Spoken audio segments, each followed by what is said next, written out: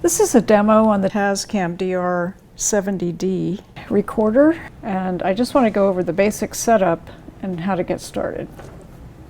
The first thing we want to do is to talk about how to power the Tascam, and you can either insert batteries or use an AC adapter or a rechargeable battery pack. But let's start with the batteries. The Tascam takes 4 AA batteries. So the first thing you want to do is to put in the batteries. If you flip the Tascam over, you can see on the back there's a panel that lifts up, and you open this, and then there's a little chamber here that opens, and you'll insert the batteries. This is the position of the batteries. From left to right, you're going positive down and then up, down and then up. And then you can close that. Also, we're going to be putting our SD card here in the slot. You'll insert your memory card here, push that in, and close the panel. Now this should be ready to power on. Over here there's a switch, and you want to hold it down and count to about 3 and then release it. And then you'll see the light illuminating, indicating that the Tascam is on. And so now you can see it's powered on. If for some reason the Tascam doesn't illuminate, this probably means that you've installed the batteries incorrectly, so I'd go back through that back process again to make sure that they're in the correct orientation. If you want to use the USB to either mount the Tascam on your desktop to drag off files or power it off the wall current, you can see it's a USB 2, and it's the mini style connector that goes into the side of the Tascam. And that can be plugged into an iPhone adapter, into either a power strip, or you could even use an extension cord because it's only a 2-prong plug. So that's the initial setup. The next thing we want to do is to set up the menu and explore it a little bit and use the data wheel as a selection tool, pressing it in and turning it to make your selections and to enter. In BASIC, you can see record is on. It has the 4 channels displayed there, and that's represented by the inputs on the side of the 1, 2, and 3, and the 4th one on the other side. These are XLR inputs, but they also take a 1/4-inch phone plug going in. So you can see on the side you have also line in and out, and a powering port, a port for the remote, and a headphone volume adjustment. On the front of the Tascam we can see 2 microphones. These are uni mics, and so they would be facing towards the subject if this is mounted underneath the camera. So the first thing I'll do is to plug in the Sennheiser shotgun mic with the XLR cable. I'll plug it into one left.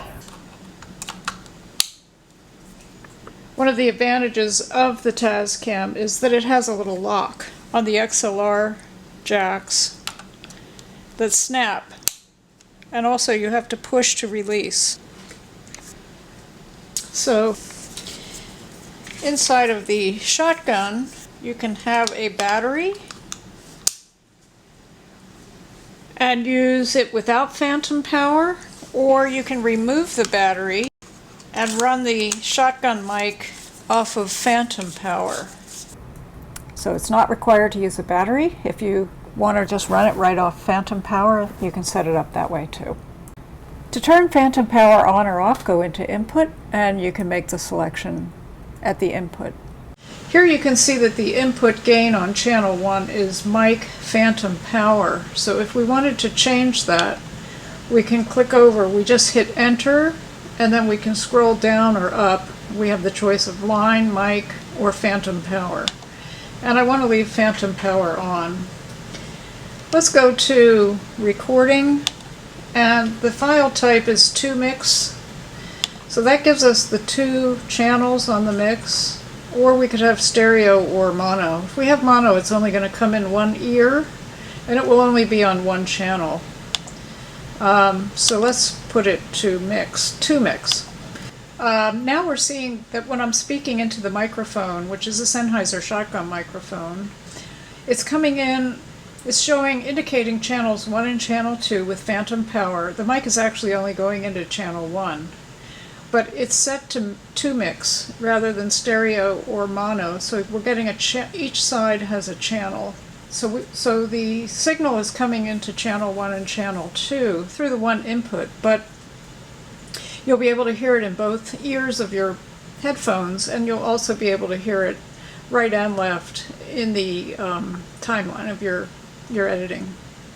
So if we go back to the menu, and then you can see it's set for wave with a sample of 48K. You could change that sample to 96K, which is a higher level, and then the highest wave goes up to 24-bit.